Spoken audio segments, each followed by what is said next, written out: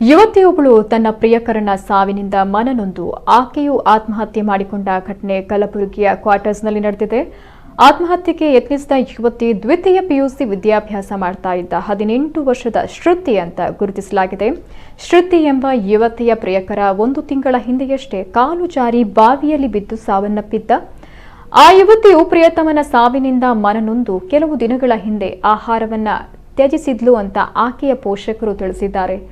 ಯುವತಿಯ ಹಳೆಯ ನೆನಪನ್ನ ಮರೆಸುವ ಸಲುವಾಗಿ ಮನೆಯವರು ಸಂಬಂಧಿಕ ಯುವಕನೊಂದಿಗೆ ಮದುವೆ ಮಾಡಲು ನಿಶ್ಚಯಿಸಿದ್ರು. ಕೋಪಗೊಂಡ ಯುವತಿ ನಿನ್ನೆ ಸಂಜೆ ಮನೆಯಲ್ಲಿ ಯಾರೂ ಇಲ್ಲದಿರುವ ಸಂದರ್ಭವನ್ನ ನೋಡಿಕೊಂಡು ನೇಣು ಬಿಗಿದುಕೊಂಡು ಆತ್ಮಹತ್ಯೆಯನ್ನ ಮಾಡಿಕೊಂಡಿದ್ದಾಳೆ ಎನ್ನಲಾಗ್ತಾ ಇದೆ.